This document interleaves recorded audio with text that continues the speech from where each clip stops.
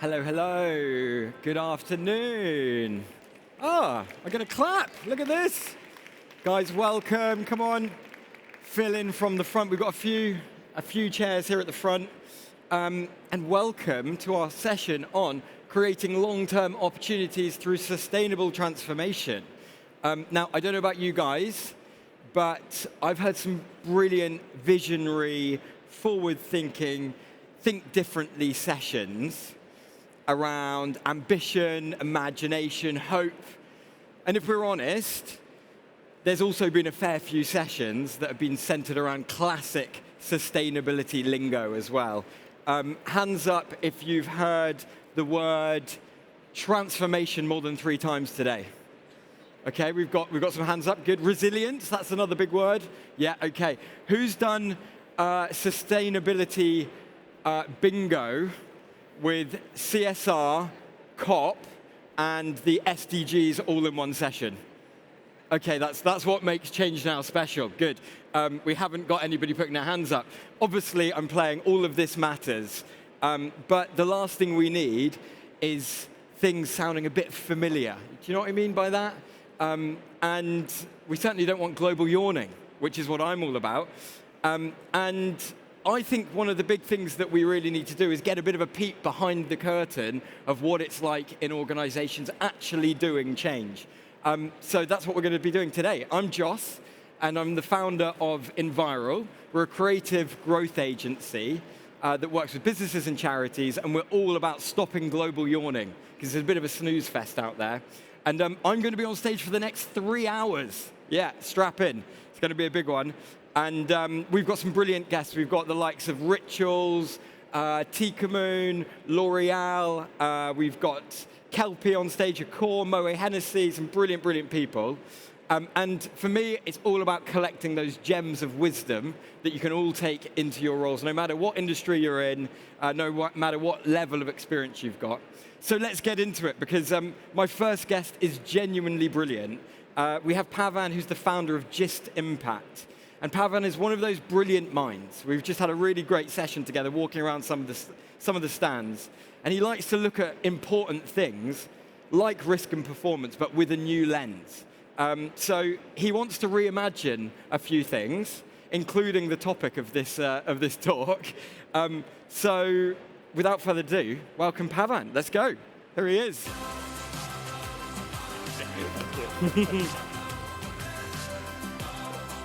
Greetings, everyone. Can you hear me? I'm Pavan, and I'm here to speak with you about, is anyone measuring what matters? So our purpose here is to look for a long-term, investment-oriented, sharply focused change in the economy so that we can have sustainability delivered to us, right? Yes? Broadly agreed? But the thing is, what is sustainability measured with? How do you decide whether a long-term change is or is not sustainable? Small example. If you were to be in plastics production and you said, oh, well, we're going to collect and recycle plastic, means put in the effort and the transportation for collecting the plastic and recycling it. But most of the damage to plastic is actually to the endocrine systems and to human health, which basically means reproductive systems. So if you delay the passage of the plastic bottles, etc., by a year or 2 years to the sea and to the ground and so on, is that worse, or is it worse to spend the energy and the transportation to recycle that plastic? Things like that need careful attention. It needs science. It needs measurement, and that's what it's all about. So what do we measure? At the end of the day, we can keep scratching our heads till the cows come home, but ultimately we have to measure wealth. Governments measure wealth. Corporations measure wealth, right? The question is, what wealth? Because the whole idea of wealth has been changing. The notion has been changing over the last 250 years, since Adam Smith wrote his famous treatise on the nature of the wealth of nations. And at that time, he talked about the factors of production, land, labor, and capital. And actually, it was capital that was scarce, because there were enough people. Labor wasn't a problem. Land, we are a colonial power, so if there's a shortage of land, just grab some. No problems, right? So the shortage was capital, but times changed, and then people started to value human capital. And as more and more economists came to attend to the fact that nature is the foundation of our economies, They started valuing natural capital, and then finally social capital, which ties it all together. Because without social capital, the others don't do much. So then we are talking about measuring wealth, yes, but in 4 dimensions: physical, natural, human, and then social. And let's see what we do. So all 4 capitals are actually affected by companies. Produce capital is like privately owned factories, goods, software, patents, all that stuff is produce capital owned by companies. And then there's also produce capital like schools and community centers that could be owned by a local government or a community for that matter. And there's produce capital like roads and bridges and hospitals that could be owned by the government. So it can be in private ownership, which goes into markets, and public ownership, which doesn't go into markets. But then there's also human capital, which is the knowledge and the good health and the skills that you gather from your employers, from the universities, which makes you earn incomes in the future, right? So that's human capital, and hopefully you learn every year, so hopefully it grows every year. That's the growth of human capital, right? And then, of course, there's natural capital, which is all of the world's ecosystems, its species, its genes, in all their splendor and their glory, which enable the world to survive. Everything from clean air, fresh water, to the biodiversity, to the bees that pollinate your crops, and so on and so on. All of that. Now, some of that can be owned privately, like you can have private forests. And a mine, by the way, is also natural capital, as indeed is a field or a farm. But then there are also community forests, so they're owned by a community or a group of people. And then there's public forests. And then there's even beyond public, as in things that are not owned by nations, like the high seas, which is owned by everybody and nobody. So the thing is that if you imagine a company, and it doesn't have to be a fishing company or a forestry company, any company will affect at least 5, 7, 8, or 9, or even all 12 of these 12 different boxes that I've drawn out here. And of course, not to forget social capital, which ties the whole thing together, right? Because even markets which trade private goods, if you don't have market makers doing the right thing in terms of etiquette and being there to trade and quote prices, markets don't work, right? I used to be in markets before I went into natural capital accounting. So of these 12 boxes that I've drawn here, how many boxes does anyone think a company today is actually required to report on as against the 8, 9, 10 that it actually affects? Anyone?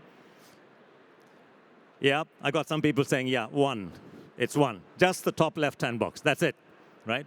So we're not doing well enough on this ground, right? We need to understand sustainability and need to understand that if we are navigating like a spaceship in a world of 4 capitals, I'm sorry, I can't actually draw 4 dimensions, right? So I've tried to lump it into 3 dimensions. But imagine 4-dimensional space, trying to navigate it with something as simple as a mariner's compass. Smart? No, you're going to have a crash before you know it, right? So that's not a good idea. When you're measuring sustainability, you need to measure your impacts in all 4 dimensions. And that's actually a challenge that we have to do. When do you not have to do it? Well, if you're Elon Musk and you live on Mars, don't worry, you can use a compass. It's OK, because it's all yours, right? So it doesn't matter. You just go left, right, maybe up, down, whatever it is. But if you're living on this other planet, the one that I'm showing you here, where there's ecosystems, there's species, there's genes, and there are other people as well, and there's society, and oh my God, interactions and social and human capital, yeah, you better need a compass which is better than a mariner's compass. A 4-dimensional metric is actually what we need. Now,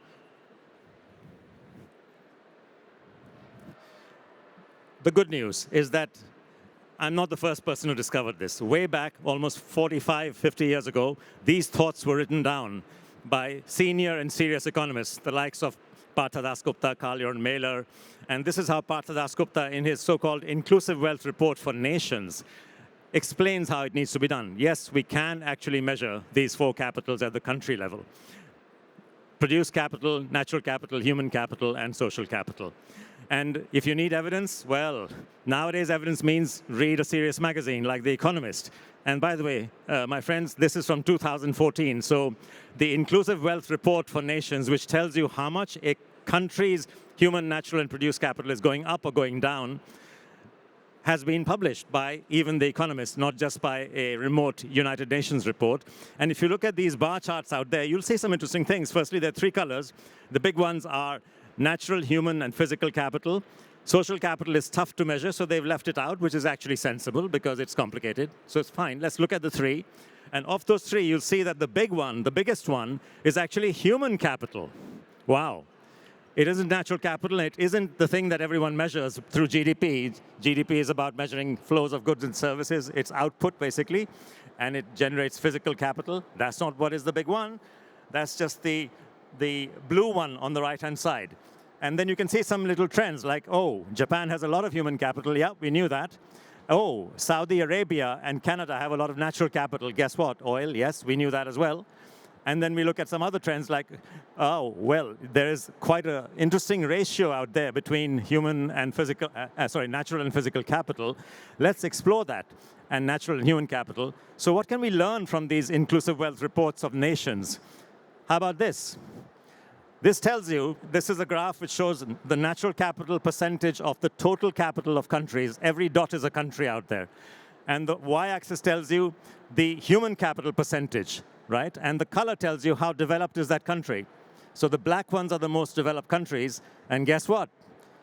The heavily developed countries are the ones which have the highest human capital per capita compared to the countries which have got the lower middle income. In other words, those who have what is sometimes known as the resource curse. Yes, you've got lots of oil and lots of minerals, and sure enough, everyone is after them. And before you know it, it's not yours really. It belongs to some big corporations, and woof, off go the profits, off goes the oil and the gas and the minerals and so on. So that's the situation we see in the bottom right-hand corner. So it's quite interesting that when you actually analyze the results of a country, not in GDP terms. By the way, you look at a GDP graph, you never see any of this, right? This insight comes to you by looking at things with capital lenses and 4 capitals. And the same kind of insight you can get by looking at a company level. Now, this screen, with apologies, is from my company. My company, Just Impact, actually does this for a living. We calculate the natural, human, and produced capital impacts, GDP contributions, of 18,500 companies. It's fun. We don't only do it because it's fun. We actually sell the data to investors because they are concerned about how much is the capital impact of the companies in which they are invested. And of course, they don't want to be invested in companies which are destroying human and natural capital whilst creating profits. You know, this mantra of private profits, public losses, private profits, public losses, it doesn't go on forever. It's like musical chairs. It has to stop at some point. So they're concerned about that, so they take these kind of numbers. And I don't know why I pick on Australian mining companies. I mean, I love Australia, but I guess I have a view on mining companies. But we look at BHP and Rio Tinto and South 32, which is a coal mining company. You can actually see in numbers that, yeah, they do add to GDP, 31 billion, 30 billion, and a billion, respectively, but they are subtracting from human wealth and natural wealth as much as 20 billion, 12 billion, and 2.5 billion. So overall, these big mining companies are not as wonderful for society as they make out to be, because they are costing more in natural capital terms, costing more in terms of the health impacts. The big number here is actually the waste, the tailing dam waste of these companies. They are costing human health and natural wealth more than they are sometimes producing in profits, right? So not a good thing. What else can we find out? So what insights comparable to the insight on human capital and natural capital that you got from countries? Can these impact profit and loss accounts actually give us any insights about companies? Oh, yes. Check this out. So did anyone attend the climate COP in Dubai, Abu Dhabi, Dubai, way back a few years ago? Yeah, a couple of people. OK, well, you would have definitely heard how a lot of joy was to be evidenced when there was this thing called the Loss and Damage Fund that was created. $700 million, everyone clapped. There's a slight problem. What if you ask the question, how much loss and damage is there of the oil companies every year? And that answer is calculated by us as externalities, as they call it. The externalities of oil and gas companies in a year is, at that time, it was $4.5 trillion. So if $4.5 trillion is the height of the ADNOC, is the Abu Dhabi National Oil Company, if $4.5 trillion is the height of the ADNOC Tower, 365 stories high, then, my friend, $700 million of the loss and damage fund is the height of a teacup, 6 centimeters, right? That tells you how much we have to rejoice when something the size of that small of a loss and damage fund is trying to address a problem the size of $4.4 trillion. So these are some of the things that we learn from measuring corporate impacts. And of course, we can track that 4.4 trillion, literally has a long table. Sorry, I can't do a spreadsheet with 50 lines, but yeah, you can see the big ones out here. Saudi Aramco, PetroChina, Exxon, Chevron, the usual success, Marathon, Shell, et cetera, et cetera, et cetera. So these are the things that we can find out. So the answer is, yes, some people can measure what needs to be managed. My question to you is, why doesn't everybody measure what needs to be managed? And the answer is vested interest and laziness and lack of political will. So these are the things, my friends, that all of you here in Change Now are here to change now. Thank you.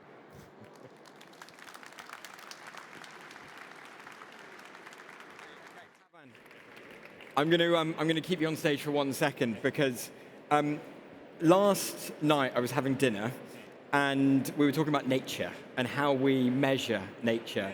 You were just talking about natural capital, but how do we measure nature? Like, you've got 1 minute because then we've got the other guests coming on. $1 million question and a minute to answer it? Okay. Okay. Nature is basically the living fabric of this planet. It's ecosystems, its species, and its genes.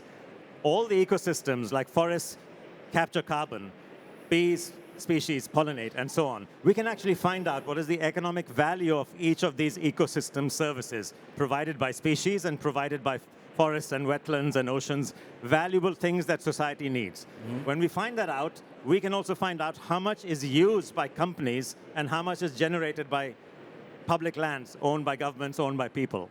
So we can find these out in economic terms, as in what would happen if you didn't have forests to provide fresh water and nutrients. Well, you need to buy lots of chemical pesticides and fertilizers and so on. So there's a cost to that. Mm. These things can be calculated right down to the company level and to the location level, and that's what we do. Mm. We work it out step by step, ecosystem service by ecosystem service, and we know what is the difference from 1 year to the other. Brilliant. Well, that was pretty good in 60 seconds, wasn't it? There we go. Pavan's going to be around for the rest of the day, so if you've got any questions, grab him, and thank you very much. Big ups. Okay, the train is moving, guys. I'm really excited for the next session. We've crafted a really, really great panel. We've got Nikki, the Executive Director of Impact at Rituals. We've got Sandrine, the Chief Sustainability Officer of Moët. Come on stage, why not? Hello, hello, hello. And then we've got Colleen, the Chief Sustainability Officer at Accor. Welcome, guys. Come, come, come. Hello. Look at this. Hi, everyone. Okay, so I've just done a really, really quick round of introductions, but can you introduce yourselves again? How long have you guys been in your roles?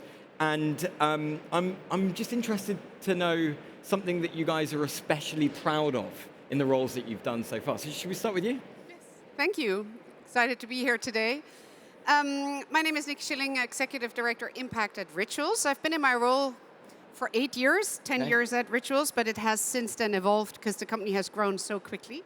I think what I'm particularly proud of at Rituals is that we've decided to become an impact-led brand, meaning impact is at the center of everything we do. And from my point of view, we look at that from reducing negative impact, which is the whole sustainability part, but also creating positive impact. And one of our latest initiatives is that we've committed to a profit pledge, the 10% profit pledge, where we commit 10% of our net profit to donate to nature protection and youth mental health. Okay. So something we're very proud of. And you managed to get that through?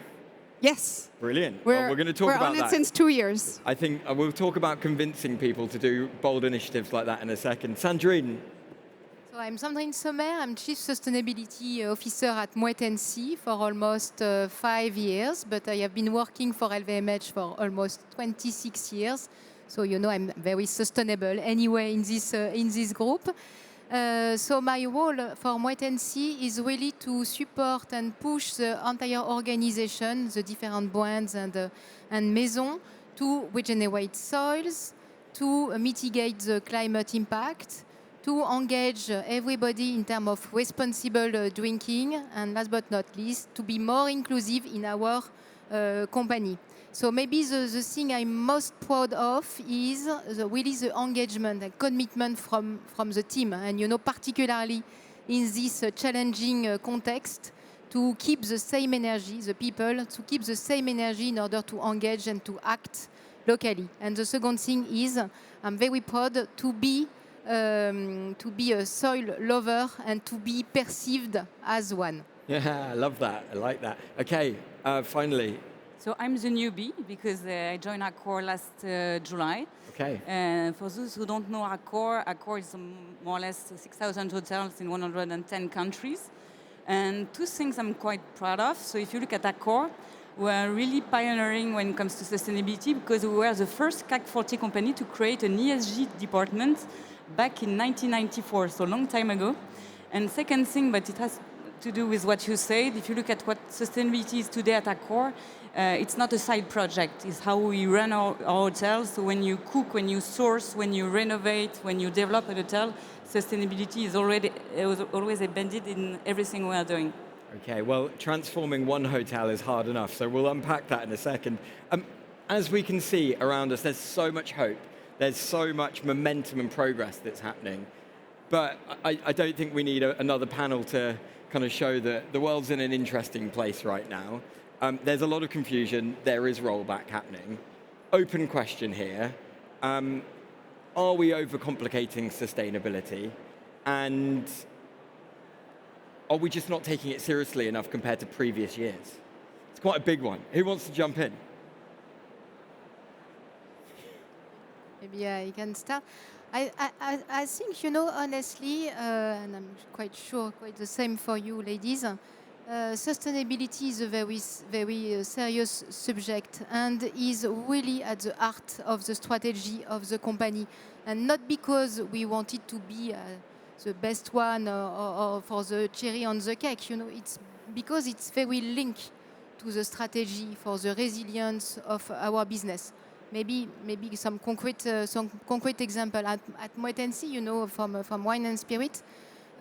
We have to mitigate, of course, and we have to adapt for the climate change in order to survive and to continue to produce our champagne, our cognac in Charente, and so on. So in fact, we have to adapt to the climate change. So to regenerate soil, it's one of our big topic in terms of our program, our sustainability program. It's not to be the best one. It's just a necessity in order to survive and to keep the resilience of the business. Of course, we continue even if there is some backlash, even if the context is economically speaking or geopolitically speaking quite tense. Of course, we have to continue, first thing. Second thing, for example, we want to decrease the carbon footprint. And of course, one of the key topics in our carbon footprint is the glass bottle, because glass is very emitting. Even if it's a fantastic material, it's emitting in terms of carbon. So, of course, we decide to decrease the carbon of the glass bottle. And to decrease the carbon of the glass bottle, we have to reduce the weight of the glass bottle. So we do that because we have to do that in order to, of course, to follow the trajectory path in terms of carbon footprint. But second thing, it's a requirement more and more from our consumer, from the retailer. They want to decrease the weight of the glass. So definitely, it's not, again, cherry on the cake. It's completely linked to the strategy, to the level of performance, to the resilience of the business. And last but not least, maybe another concrete example, we are producing and selling alcohol. Of course, we have to promote responsible drinking. Moderation, it's one of our key responsibility. But to do that, it's exactly to promote the art of tasting, to promote the drink less, drink better. It's completely linked to the trend of the consumers as well. So definitely linked to the business and the level of performance of Moët Hennessy. What about in the hotel world? Are we overcomplicating sustainability? I would say that it's a serious topic, but we have to also take into account that there is an ESG fatigue around us, meaning people are fed up with all our buzzwords. They are fed up of all this very negative news. It's not a new topic, but if we have to ensure that change is visible, is tangible, we have also to make it fun. I'm convinced of it, because otherwise when I start any presentation with data and so on, people find the topic really boring. So in our business, especially in our hotel industry, when the turnover is so high, you can imagine that the training part is key, but also make it fun, for example, with gamification, with communication to engage people. And I see one of my colleagues, the front row, she did something super nice last year, for example, to engage people when it comes to water consumption. She asked all our hotels to film what they were doing. And you have, she received, I think, 77, if I'm not wrong, films from everywhere. And you see all the teams dancing and singing. At the end of it, they deliver results. But the fact that it was a serious topic delivered without taking it too seriously was also a way to engage teams on a daily basis. So I'm sure that's something we have to work on in the coming years. I often talk about hiding the carrots in the candy. And almost disguising sustainability in fun, and that's a great example. Nikki, when we last chatted, you mentioned that sustainability has got quite compliant, and in certain circumstances, you're almost stuck in a bit of a rock and a hard place in certain initiatives. But flipping that, you've also said that there's been more innovation and momentum than almost any other industry. What's going well and what are we overcomplicating?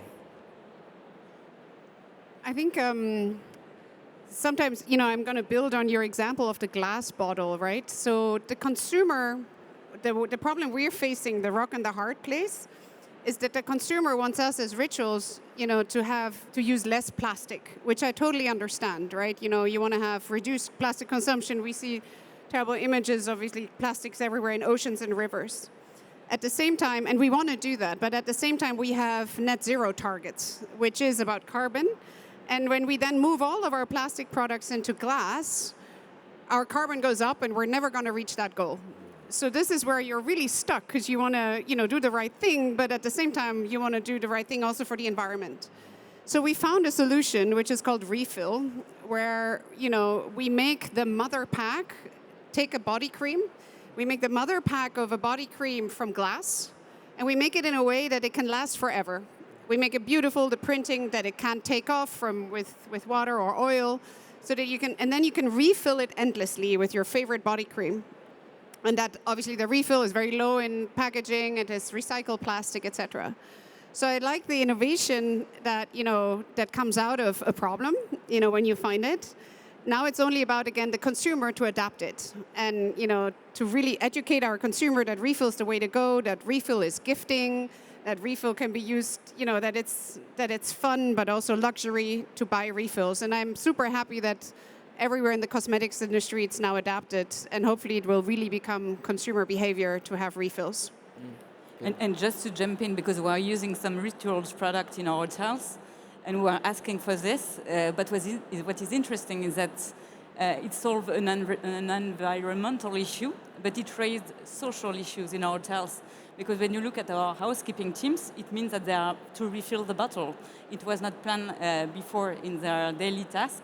So step by step, we had to change everything in our hotels to allow your innovation to become alive in our hotels. So meaning that at the end of it, the whole supply chain has to innovate all together.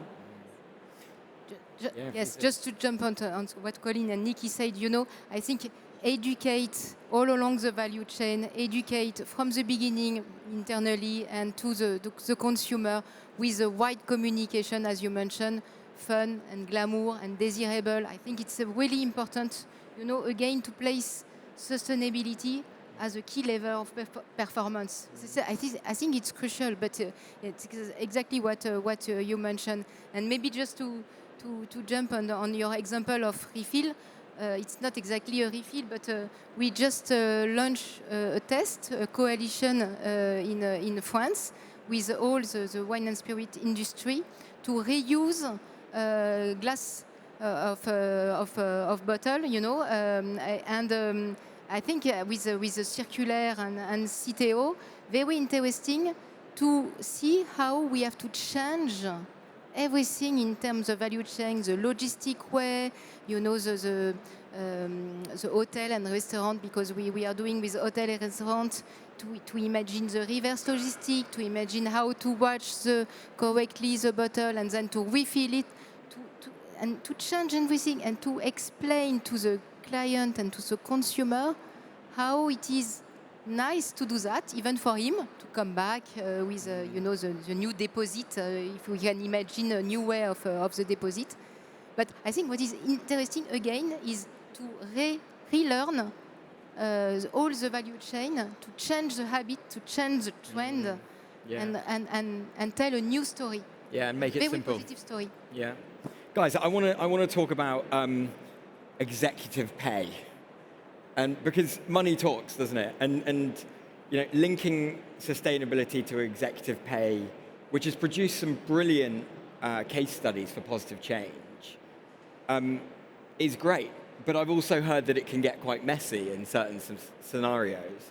Tell us about the successes. Tell us about how you initiated executive pay to sustainability, and what's been kind of harder than expected in implementing that. Who wants to jump in?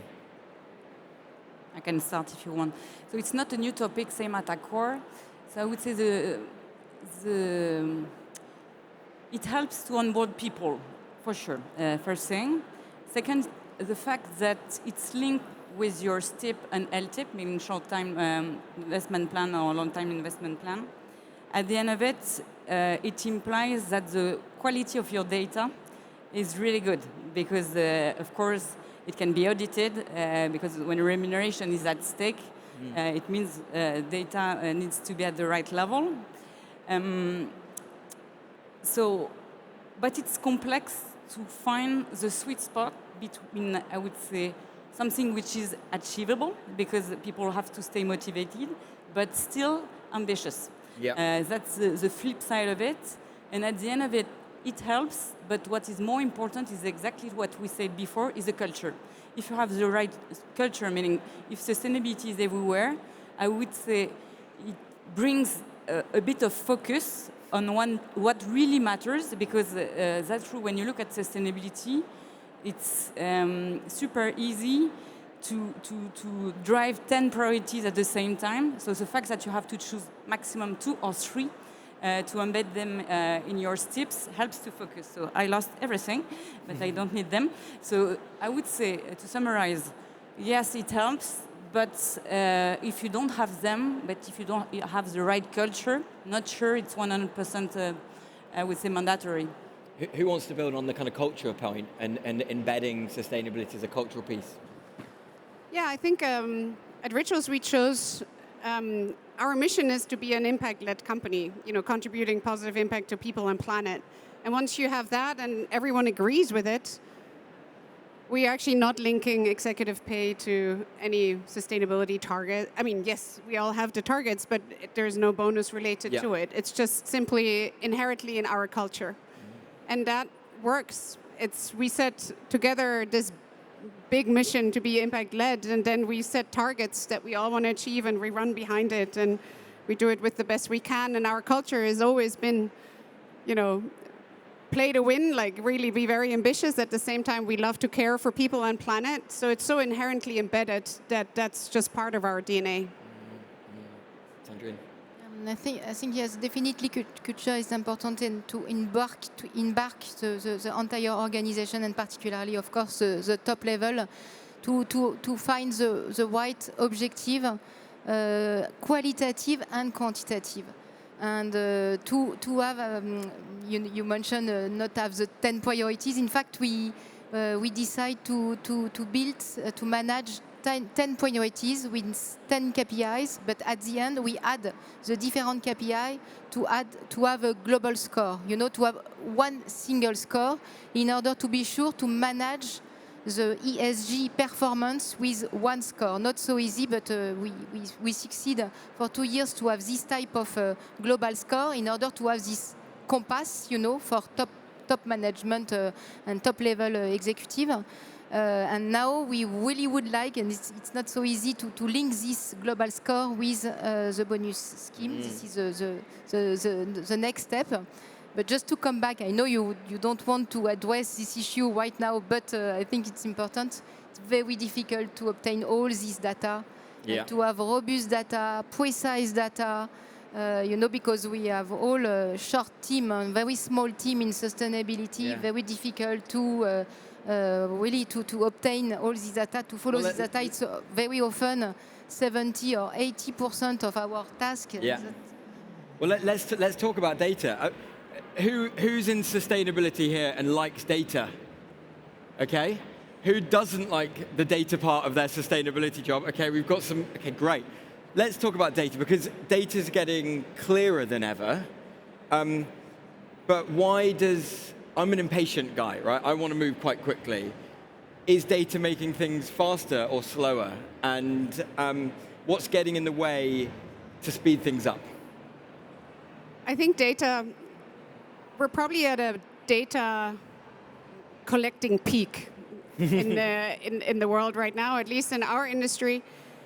You asked in the beginning, are we making sustainability too complex? I think once we have perfect data, we're not going to make it complex anymore. But right now, while we're trying to find and collect the right data from everyone, it's very complex. You know, as Rituals, we don't have our own production. So we have 80 suppliers we have to get data from. We have 1,500 stores, but they're not our own, they're our own stores, but the buildings are not. So we have to get the data from the buildings. We have, it's endless who you need data from. And everyone delivers different data. And the systems that are now in place to collect carbon data are great, but they don't always yet talk to your own company. So I think another 3 to 5 years, I don't know, or 2 to 3 years, hopefully. And when data and baselining is great and we can really track accurately, then it'll be fabulous. But right now, I think we're all in a data crunch. Would you agree with that? Yes, and what is frustrating is that we spend hours collecting data, but so far we don't use the data the right way. At the end of it, if you look at hospitality, it's quite easy to understand.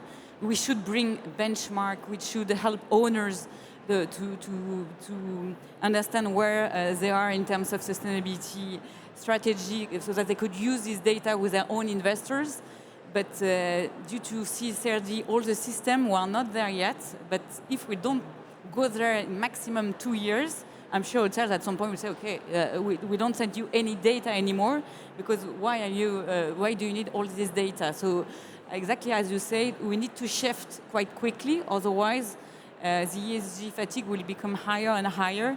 Because the good thing is that I think now, and I only speak about Accor, but when it comes to the data, people coming from finance trust our data, but it took us at least 3 years to build all this data set and to be, I would say, recognized. And it has to do also with CSRD. It helps also to have auditors checking your data and so on. Okay. Yeah, because definitely we can only progress if we measure everything quite well. So I think definitely we have to continue to progress on this fact. And as you mentioned, I think we will win when the extra financial and the financial data are quite the same, with the same robustness and the same meaning for everyone in the company. So it means it's very important to continue, of course, and to find the right way to have the right data for the right person at the right time. So I've been chatting to a few people around the conference that are struggling to sell in specific initiatives. And I guess we've got data and we've got proof, we've got storytelling, we've got a cultural piece to get people to take on initiatives quickly. Where are you finding that sustainability is feeling like a return for everyone in an organization versus perhaps a bit of a cost, a bit of a chore in some cases that we might have looked at? And I guess sharing tips to how you might get people on board with different initiatives in a world of backlash and cost cutting. Have you got any advice for anybody in the audience in making and embedding real long-term change and I guess convincing people to do initiatives? You know, the 10% initiative is brilliant, but Was it just because you've got a great culture that that was something that was easy to pass, or was it hard to get past the board? Of course, it wasn't easy. But it also was really easy because over the last 10 years, we've built a culture of taking responsibility as a brand. And I think the easy way to sell any sustainability or impact initiative is reminding us that, it's the future of the future generation. It's the future of our planet. And do start with the big picture, and then it has to come down to data. Where are we as a brand compared to others? And then show examples of others, what we can learn from. I think for me also, always this trajectory, when you talk to there's always heart, mind, and where are we sort of context. And when you bring these three across in the right way, and obviously the culture, the responsibility sense of the company needs to be really right. But there's one statistic that you might not know, but there's a company called Edelman who has done a trust check, a consumer trust check since 2005, where they asked consumers how much they trust in brands, media, and governments. So in 2005, the consumer said, I trust governments most, then media, then brands. Now fast forward to 2026, same amount of people all across the world have been asked. Now, guess what? They trust brands most to create impact, then long nothing, then media, and then governments. So I think as brands, more than ever, as companies, we have a big responsibility to carry that we really create the change. And I think that also is something that we really, that doesn't need much more convincing. Yeah, I think that's a really great point. But, ultimately, there is cost cutting in businesses happening all over. What advice have you got to, I guess, help embed that when perhaps the moral thing is an easy thing to cut in your organizations?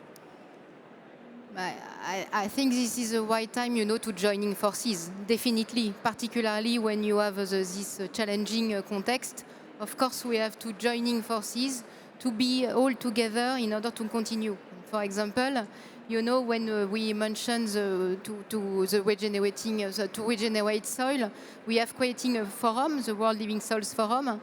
And this year, particularly because it is difficult, we have decided to open this World Living Soils Forum in order to have partners to co-lead and co-organize this forum regarding living soils. So I think this is the right way.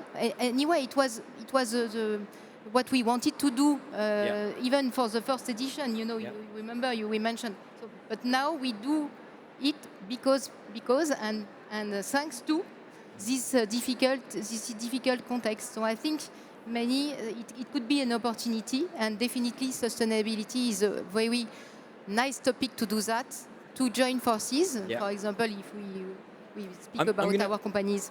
I'm going to flip the script just because we've got 5 minutes left. I want to talk about getting it wrong. And we might get a little bit vulnerable on stage because, look, you guys are kind of top of the field when it comes to transformation, but it's not easy. It's not an easy role. And I guess at conferences like this, it's very easy to talk about all the positive things that are happening. Let's start off in the hotels world a little bit. What's the one thing that you've stopped doing? I start to choose. Well, I start or I stop. It depends how you want to answer. But I start to choose my battles because we were discussing it before. It's really frustrating in your roles because every day you have to realize that we receive between 10 or 20 requests to do tons of new things. Coalition, association, pilots, everywhere in the world. And if you want to drive change, I think at some point you have to say no. And it's super difficult because everything is really interesting, but you can't do everything at the same time, especially because if you look at the size of all our teams, even if at Accor we are quite lucky, we can't do everything. So stop thinking that I can do everything. Prioritization, and if you're a yes person, stop being a bit of a yes person. What's harder than it should have been? What's harder than it should have been? Well, sometimes, I mean, there's many answers now, but I'll choose one. You know, I'll continue on my refill track.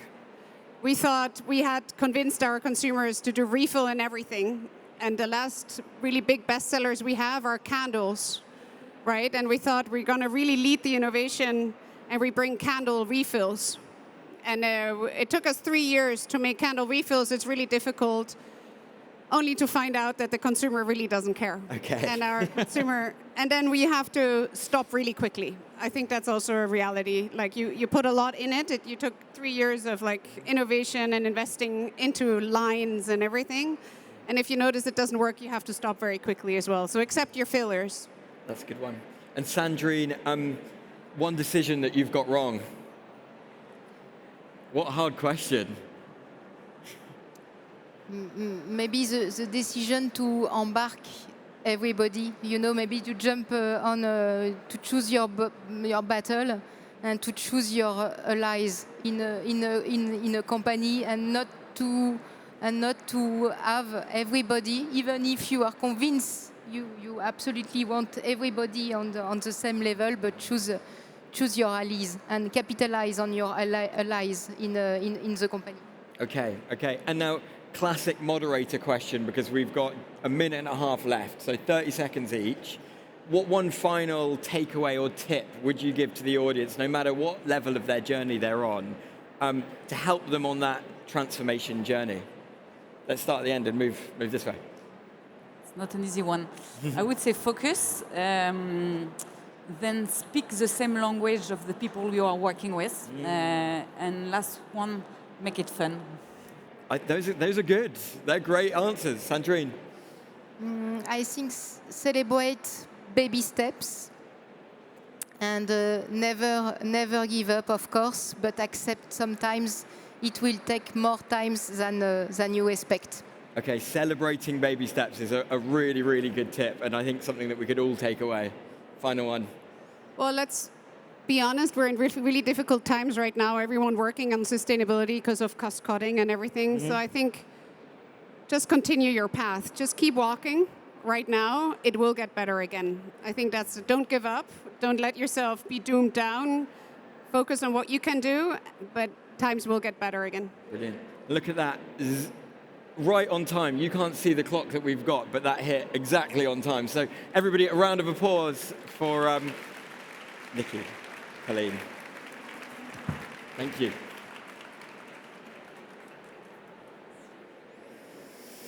Okay, brilliant. Well, we've just heard how large organizations are trying to transform from within. What I'd love to explore now is what it looks like when you completely rebuild the model. And Arnaud over here, the CEO of Tikamoon. Oh, hello, welcome. Here he is. Tikamoon is a furniture brand on a mission to rethink how we produce, use, and value materials, with a massive vision for shifting, should we sell more or should we just make things last? And I love that. I'm especially interested by this session, so come sit down over here. A brand and a CEO that I admire hugely. So Arnaud, welcome. Should we get a round of applause? Yes, nice. Guys, people at the back as well. There's a few chairs down here, so if you fancy taking a seat, come sit down at the front. Hello, Arnaud. How are you? Hello, Joss. Welcome. So you didn't start in sustainability, so what changed? No, I didn't start it in sustainability because, I'm like some people of my generation. I began with performance, succeed, getting engaged.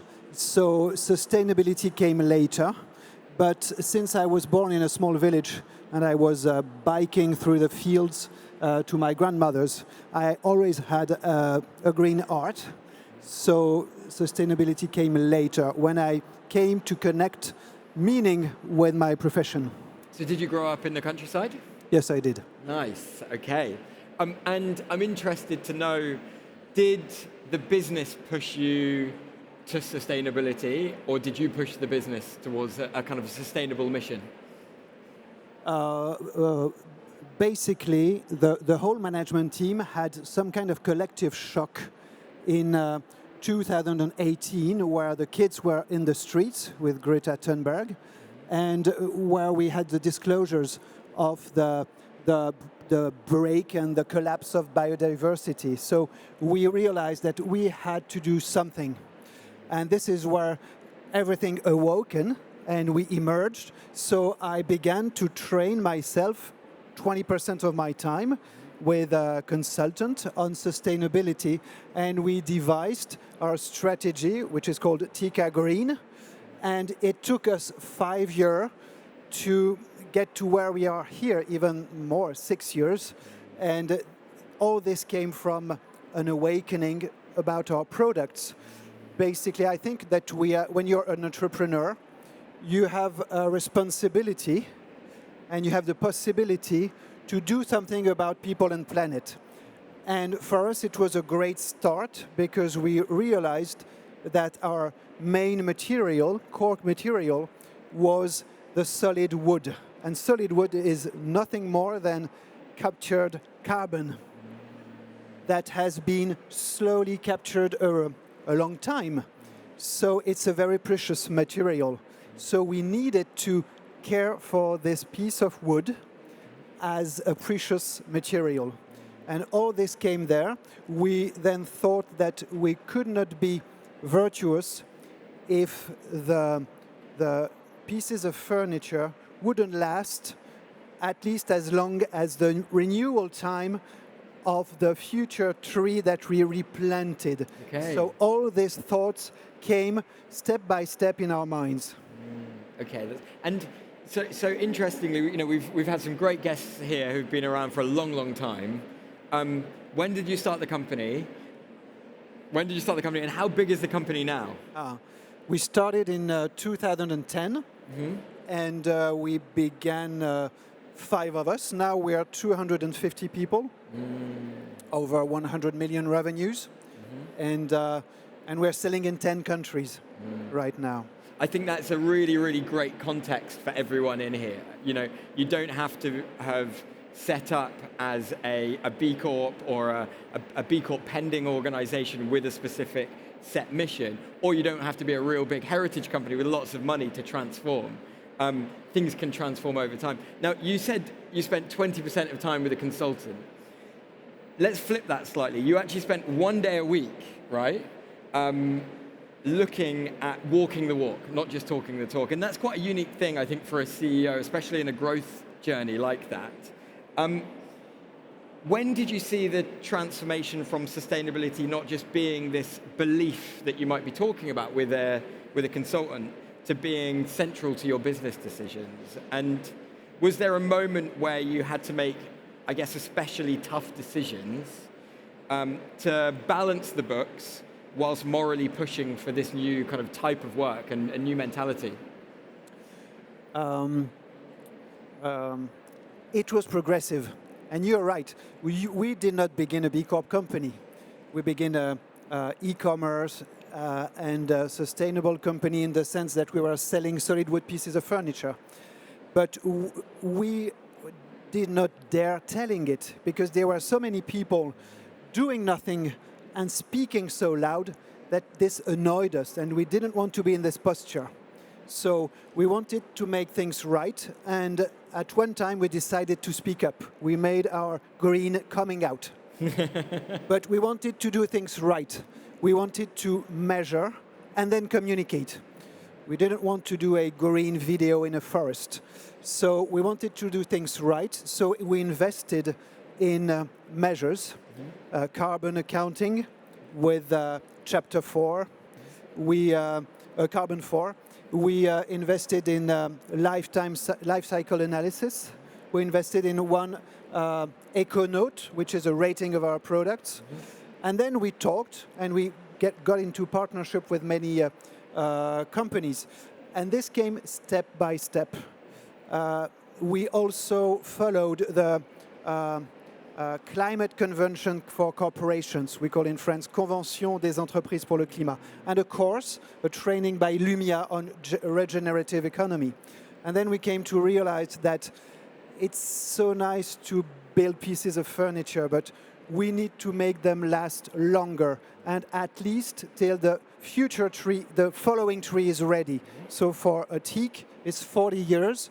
For elm, it's 60 years. For an oak sideboard, it's 100 years, for example. So we needed to upgrade our pieces of furniture and make trade-offs.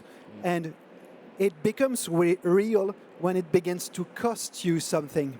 When you make trade-offs about quality that you need to increase to pass the cut of 100 years, that you need to improve the treatments, you need to improve the upholstery, because our pieces of furniture are delivered already assembled with traditional craftsmanship. But we had to remove from our collections some items that would probably not last 100 years. So that's a real cost. We did choose the FSC certification. That's a real cost. So it needs the commitment and the belief of a CEO to take these kind of decisions, and it needs hard negotiations with your co-shareholders.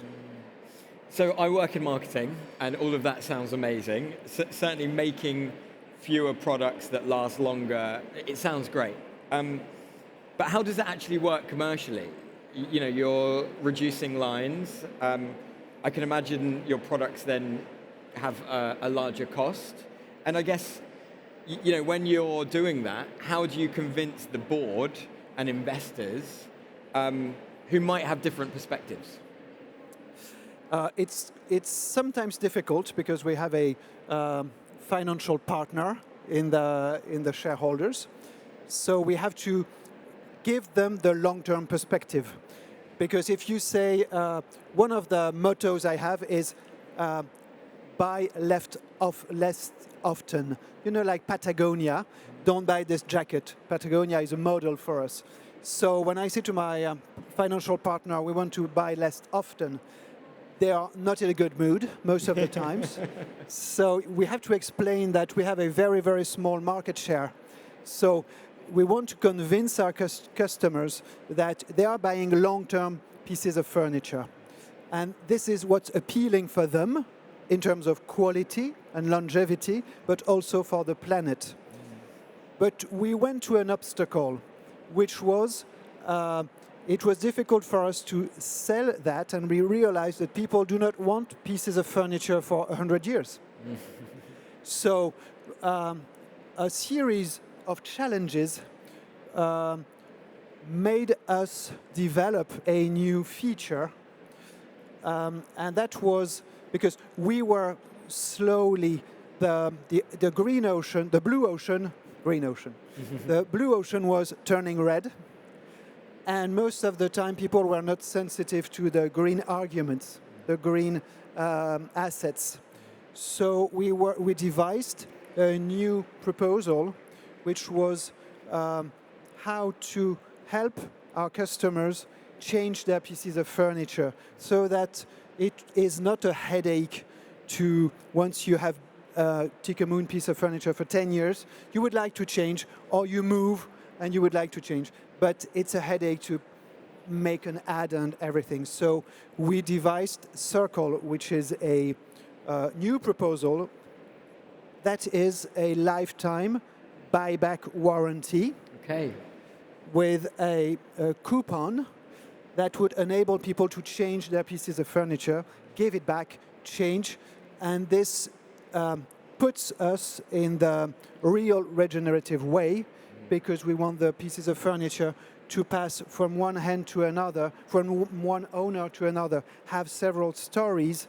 And we understood that selling a furniture is not the end of the story. It's the beginning of a story for us. And this will change our business model. And we changed the way we measured our KPIs. Instead of what is the margin for this sale, it's what's the margin over time, because we will interact with the customers each time he would need to care, repair, and change. So we begin a long-term relationship with the suppliers, with the customers, and our dream, our ideal, is when the world will be filled with sustainable furniture, we won't need to produce anymore. That's really interesting. I mean, that's some pretty visionary stuff. And you've also answered my wife's biggest question, because she goes and window shops your Instagram, which is totally beautiful, by the way. If you haven't followed Tikamoon's Instagram, definitely do that. She window shops at least twice a year, and you've always got so many beautiful things coming out. And it's great that that's a system that you're looking at. Let's fast forward then. Let's fast forward to that vision. Let's go to March 2036. That's quite a long way away, 10 years. So, like, how does that work? If you get this right, what does Tikamoon look like in 10 years' time, if that model comes to life? I think that designing and producing new pieces of furniture will be just a part of our business. We want to launch a new paradigm, which is furniture as a service. Furniture as a service, okay. And there we will have in Europe and in the US and maybe in larger areas of the world, pieces of furniture that we would care for. We would care for the furniture, we would care for the clients, so that our business will be some kind of product lifetime extension business. So my dream or vision is to set up circular hubs in every big city in Europe where you could put your give it back or repair and care, and some woodworkers would come to your house to repair and set the pieces of furniture if you have a problem with your drawer, for example. And our business would be more a service business than a selling business. And maybe in 10 years, where the raw material will become rare or expensive, wow, we will care for producing from fresh wood. But what we would do is to take care of the wood we already produced. And, you know, like urban mining, ultimately, like urban mining of copper, for example, or metal, maybe we would enter into an age of urban mining of wood, of planks, and we would recraft the planks to another piece of furniture. This is already what we do in our circular hub next to Lille in northern France, where we achieved a zero waste objective, and all the pieces of furniture that come back are restored and recrafted. What would the industry look like if all of the key players did that? Would the industry even work? I think that it would mix the cards. It would be a change. Maybe it would be more difficult for us, but it would be great for the planet. Yeah. So I would love our competitors to follow, maybe with the increasing price of wood, and this will happen. But I think it would be a very good, or the law, maybe the law would change. We are in advance, so if we are the first to set up all these circular hubs in Europe, we will be in advance. But it's not a problem if everybody enters into a recycling business instead of linear producing business. Very interesting. So in the audience, let's see who we've got here. Hands up if you are a CEO or on a board at a company. We've got some hands up there. We've got some hands up there. Employees of companies. Yeah, okay, so we've got a lot of employees. We've got a few CEOs, a few people in the board. Any investors in the audience? Okay, there's a couple of people. They're going to get swarmed after this one. Okay, we've got 2 minutes left, Arnaud, and I want you to give some value-added tips. So let's start off with the CEOs. If you could give one tip to other CEOs or leaders in organizations here, what would it be? Take time. Deep things, deep visions take time. It took us, training and sessions and working together in ecosystems to redesign and change the vision. Deep things take time. So take time to train yourself and devise the vision.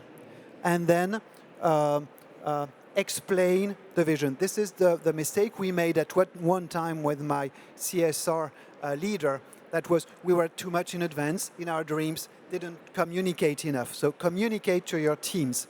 And maybe another one, stick to your resolutions. Even when the ocean turns red, if you can, you have to talk a lot, communicate to your shareholders, your board. Maybe also one other idea would be change the denominator. Instead of revenue per sale, revenue per customer lifetime, which changes everything. Well, that's your e-commerce background that's coming in there. And what about the employees? So there was a lot of employees of companies here. What one tip would you give to employees in the audience to drive credible transformation in their roles when they perhaps might not have that decision-making ability? I would say speak up, join associations, join professional associations, and as far as I am concerned, it has been 5 to 7 years since we have this green reputation. The young people that come to our organization, they are all green lovers. They came for that. So we cannot push back and set back now. I'm pushed forward. Sometimes it's hard because you are between these green employees and the shareholders. But employees have a huge role because they have the power of ideas, of communication, of thoughts, and the responsibility to push their managers. And I would mirror what Colleen said from Accor, speak in the language of your kind of decision makers and senior people. Well, look at that, we've run out of time, unfortunately. Arnaud, it was great to chat, genuinely. It's such an exciting company. I think that we're going to see Tikamoon as one of those blueprint case studies for years to come. When you said that you want to be the next kind of Yvonne Chouinard-esque figure in your industry, I definitely believe it. So can we have a round of applause for Arnaud at Tikamoon? Thank you. Guys, thank you so much.